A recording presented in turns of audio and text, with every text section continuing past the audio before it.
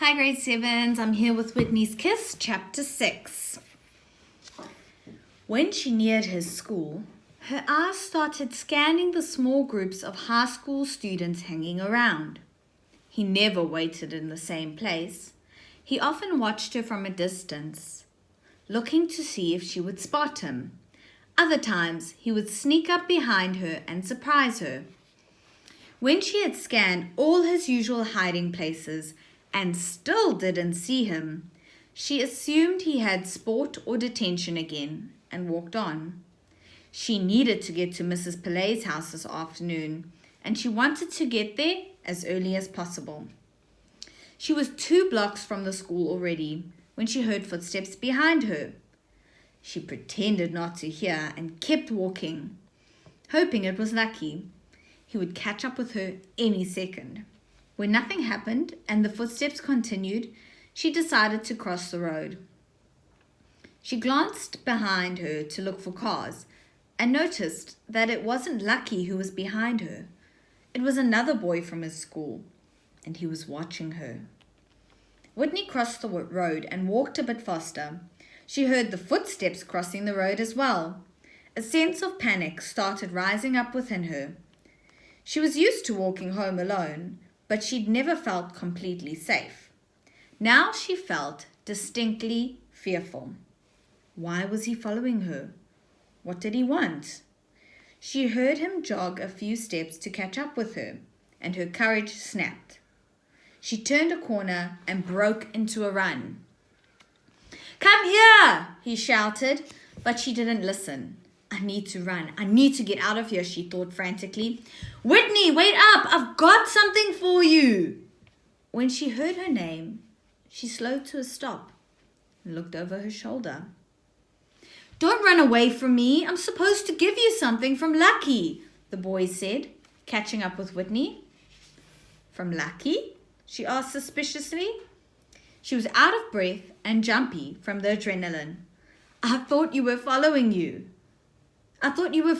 me, sorry.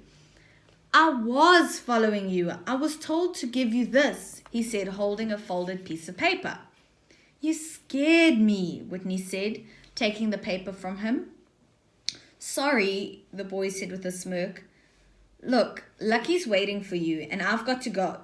He turned around and crossed the road again. Whitney just stood there. She watched the boy until he was gone, then looked down at the paper in her hand. It was a letter from Lucky. "My dearest sweetheart, I'm waiting for you at my house. If you want to come on your own, no one will see us together, so you don't have to worry. If you really love me, you will come and visit me." It was signed with a heart and a big L. Whitney's heart skipped a beat. It felt just like that day at the storeroom again. She was excited and nervous at the same time. Hesitant, but oh so curious. Just imagine being alone with Lucky when nobody from school could walk in on them. She started dreaming about being kissed by him again. The only problem was she had to go to Mrs. Pillay's house. Maybe she could go to Lucky afterwards, if it didn't get too late. Mrs. Pillay poured mango juice for her student and listened to everything Whitney told her. Talking about her father made her cry again, and Mrs. Pillay consoled her quietly. At times, her teacher fought to keep back her own tears. They talked for a long time, and it made Whitney feel a lot better. Mrs. Pillay still felt that it was wrong to hide the truth from everyone. She tried to convince her, but nothing would persuade Whitney to tell her friends the real reason for her father's illness. Mrs. Pillay argued that the way her father had been infected with the virus would bring understanding and sympathy from her friends at school. It also presented an opportunity for positive discussion, she said. His story could challenge the prejudice and negative attitudes about the issue. But Whitney wouldn't budge. She was certain her friends would reject her. Finally, her teacher changed the topic. "How are things between you and Lucky?" she asked. Whitney cheered up. "Very good. I'm so in love with him. He wanted me to, he just wants me to be happy, she answered, almost saying too much. I'm sure he wants more than that, Mrs. Pillay thought. Well, I'm glad he makes you happy, she said. He's been so sweet to me, especially with my father being sick and everything. Whitney's brown eyes sparkled, and Mrs. Pillay smiled at her. Now, tell me something. Have you thought any more about what we spoke about the other day? Her teacher asked. You mean values and stuff? Whitney asked. Values, yes, and what you will allow and what not. Sooner or later, you will be in a situation again where you have to take a stand. Whitney thought about the storeroom again and about the letter from Lucky she received that afternoon. And before that happens, her teacher continued, you need to have made certain firm decisions for yourself. I did think about all of that a bit, Whitney said, but I'm not sure how to decide what I should allow and what not. I mean, where should I draw the line? Now that's the big question. But it's not difficult. The most important thing is to first make up your mind about sex. Decide firmly that you want to wait until you have said your vows to your lifelong partner. It's the safest way to avoid AIDS and pregnancy and lots of other regrets that can go along with sex before marriage. Make a decision to save yourself for your husband one day. Your virginity is the most precious gift you can give to him. Okay, ma'am, but I don't see how that helps me to draw the line. I told you Lucky and I weren't going to, do it, Whitney answered. Right.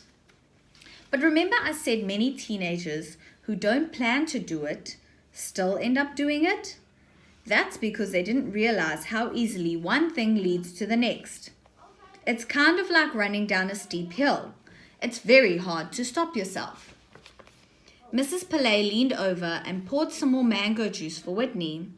Then she continued, knowing that you don't want sex helps you to say no to anything that takes you down that steep hill. It means all those things that led up to doing it are beyond the line. You mean like touching and stuff? Whitney asked, a little embarrassed.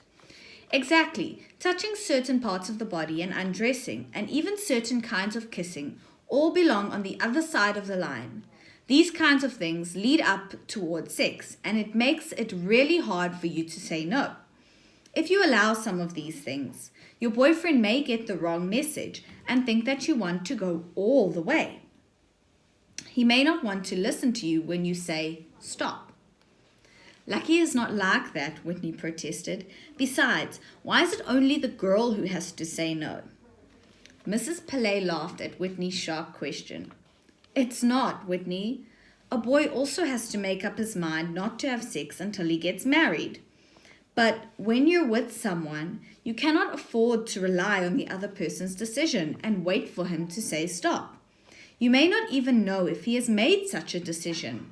And even if he did, he may be so overwhelmed by your beauty when he is with you that he doesn't care about his decision anymore and he can't say no. Whitney burst out laughing. It seemed funny that she could have so much power over guys. You've got to assume it will depend on you, her teacher continued. You have to set your standards and make your decision very clear to him from the beginning.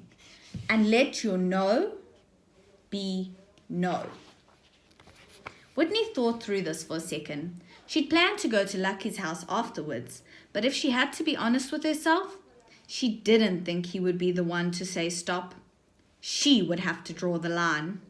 Somehow it takes all the fun and excitement out of it, she thought, having to keep Lucky at a distance. Maybe Mrs. Pillay was a little old-fashioned. Maybe she could go a bit further than kissing. Just a bit, she thought. Whitney looked at the clock hanging on the wall and realized with a shock what time it was. She should have been home ages ago. Ma'am, I think I'd better go home now, she said. Okay, dear, don't forget your school bag. My goodness, look at the time. Yes, you'd better hurry up home before it gets dark, Mrs. Pillay said. Thank you for the juice and for the advice and everything, Whitney says as she got to the door. You're welcome, dear. Hurry up now. I'll see you tomorrow, said her teacher. She stood in the doorway and watched Whitney walk down the road. Please be careful, she thought. Whitney considered going to Lucky's house. It wasn't that far from Mrs. Pillay's house, but she realized it was far too late already.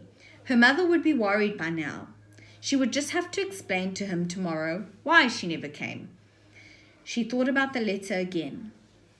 If you really love me, you'll come visit me. She wanted to be with him so badly. He made her feel special. She loved being the center of attention. Then her thoughts turned to Mrs. Pillay's words. Let your no be no, she had said. Why do I want it to be a yes as badly as I want it to be a no, she wondered. How can I want yes and no at the same time? And if I say no and refuse to visit him, he'll think I don't love him. Then I might lose him. And that would be the worst. Tomorrow afternoon, she decided. Tomorrow I'll go and visit him. That brings us to the end of chapter 6. Keep your eyes out for chapter 7.